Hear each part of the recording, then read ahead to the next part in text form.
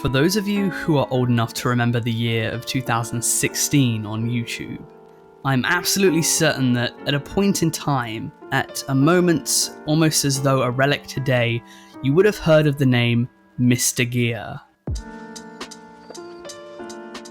During the summer and winter of that year, MrGear experienced some of the fastest growth of YouTube's history. But flash forward to today, and the channel has remained stagnant, in decline for years now. So why?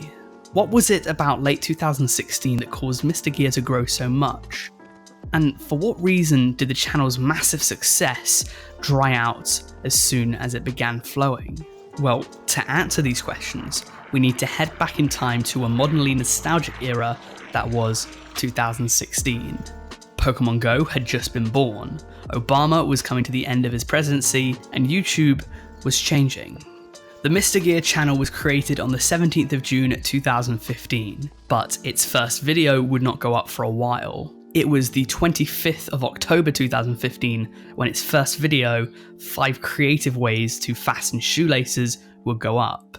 And it, as well as the rest of the early content on this guy's channel, would go on to be an overnight sensation. As far in the past as the Wayback Machine goes, MrGear would be raking in hundreds of thousands of views a month, and it would only take until March of 2015, a mere 5 months since creating the channel, that MrGear would be taking in views in the tens of millions and subscribers in the hundreds of thousands.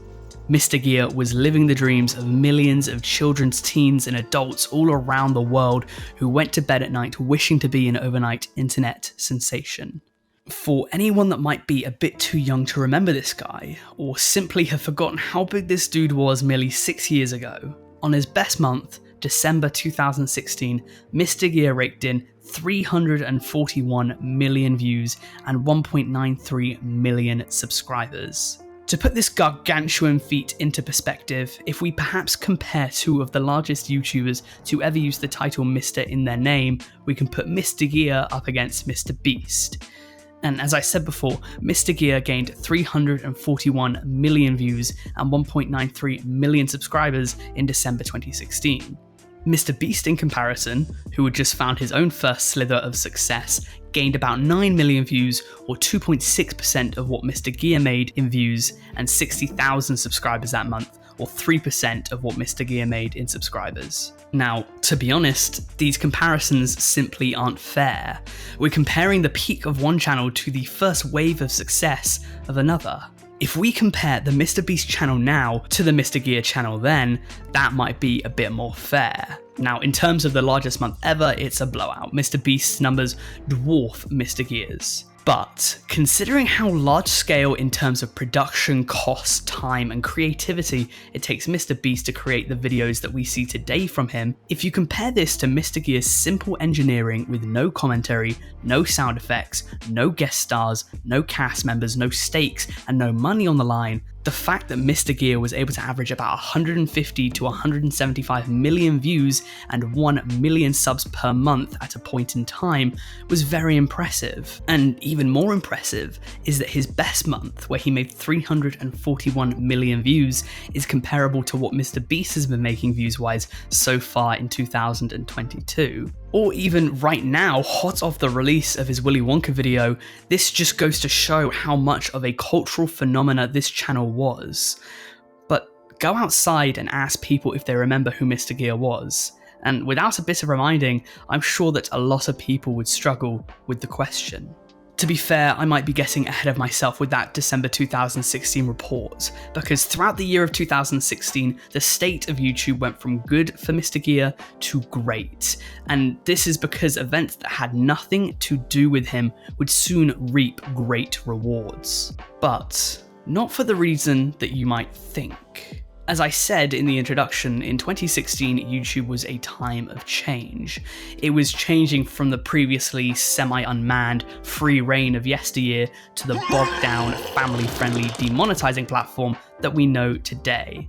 And if I'm honest, I think that MrGear might be the best interpretation of what YouTube wanted content to be like back in those days. I mean, let's have a little look down memory lane to see what was being uploaded in 2016.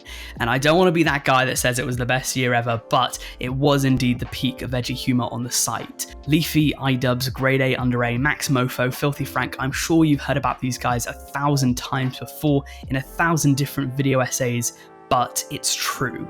At this point in time, those guys ruled the internet, and YouTube had had enough. MrGear, in comparison, was long enough so that it could squeeze in some ads. It was suitable for all ages, whether the viewer was a teen, child, adult, and most of all, MrGear was faceless. You see, despite being one of the largest channels of all time, if we're talking pure numbers, very little is actually known about the person behind MrGear.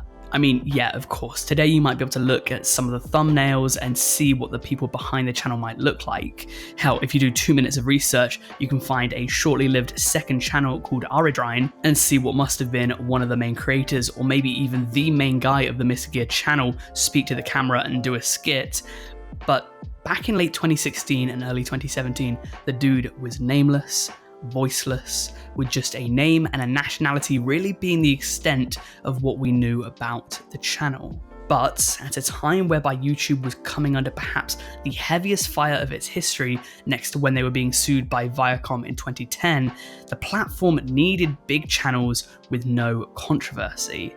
And what better than a faceless creator making 1,000-degree knife content? What's the harm in the Coke vs Mentos challenge? Where's the foul in 3 ways to open a lock? Or any of the other life hacks that MrGear was creating at the time. Throughout 2017, the apocalypse would go from bad to worse, with PewDiePie being accused of anti-Semitism in February of that year, and major brands pulling out their advertisements following the controversies.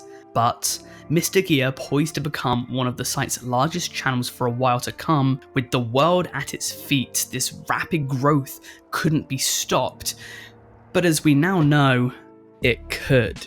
And between January 2017 and January 2018, the channel's viewership would decrease by 67%, from 230 million views to just 75 million. And then the channel would lose more than half of its viewership the subsequent year, going down to 36 million in January 2019.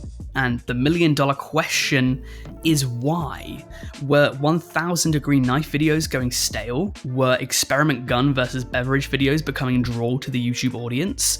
Well, short answer, yes. If you look at some of the videos uploaded in 2016 versus the exact same genre of video uploaded in 2018 or even 2019, videos would go from views in the tens of millions to the tens of thousands at times. If you want a simplified answer, you can look at the most popular videos of the channel, and you can divide them up between 1,000-degree knife videos, life hacks, experimental guns, and Coca-Cola content, which we'll get to in a minute. Simply put, there are only so many ways to use a 1,000-degree knife. Every video is essentially the same. It's the same reason why hydraulic press videos aren't as popular as they used to be, or even Iceberg charts. Actually, scrap that last one. Simple content that doesn't evolve dies. However, this wouldn't be the largest reason that I would attribute to the decline of the channel, because for as much as I would say that 2016 was the golden era of MrGear, it would also sow the seeds for the channel's downfall. And this is because on November 15th, the channel 5 Minute Crafts was created. Finally, competition had arrived. It wasn't only that though. A little channel that you might know as Troom Troom was created in September 2015. A channel these days known for its dumb kids content, but back in the early days was solely dedicated to creating DIY content. And in late 2016, it experienced its first few videos reaching the ballpark of 2 to 5 million views, incorporating actors from its content in early 2017 and never looking back since. Now, if you look at the social blades for each of these channels, you'll notice that they began to take off mysteriously around the same time that MrGear began to die down, with 5 Minute Crafts reaching their overall peak in July 2018, and apart from a pandemic anomaly, Troom Troom also reaching their peak month in views in July 2018, a time that, as I've discussed, matched up with when MrGear was steadily on the decline compared to years prior. Why was this? It goes without saying that it could have been for a multitude of reasons, but if you want my opinion, it's that what was at one point MrGear's greatest asset became its greatest hindrance. You see, when YouTube was as turbulent as it was, safe, faceless content was the place to be. But once channels smelt the success of MrGear's, they would mimic and adapt their content to seem similar to his. And unfortunately, when your content has no real personality behind it, what stops your audience from going elsewhere? When there's no anchor, the ship sails into waters unknown. And it seems as though MrGear could not keep up with these other channels, especially considering that when you look at its competitors, it becomes clear that MrGear was likely an independent creator with a few employed people behind the scenes. Take 5 Minute Crafts, for example, in comparison.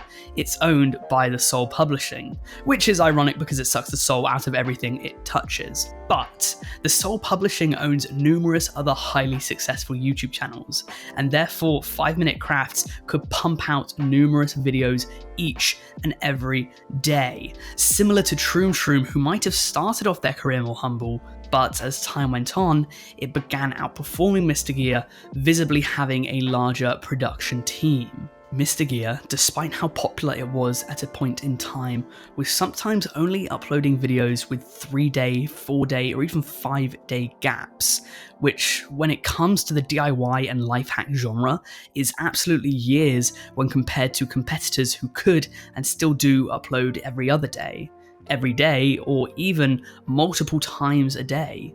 For this reason, MrGear's channel disappeared into the background, and it was never able to truly resurface despite attempts to try and diversify its content into the aforementioned Coca-Cola experiments. For this reason, if we were to summarize, I believe that it's clear to see that MrGear's channel rose to prominence because there was a huge demand on YouTube for satisfying DIY and life hack content.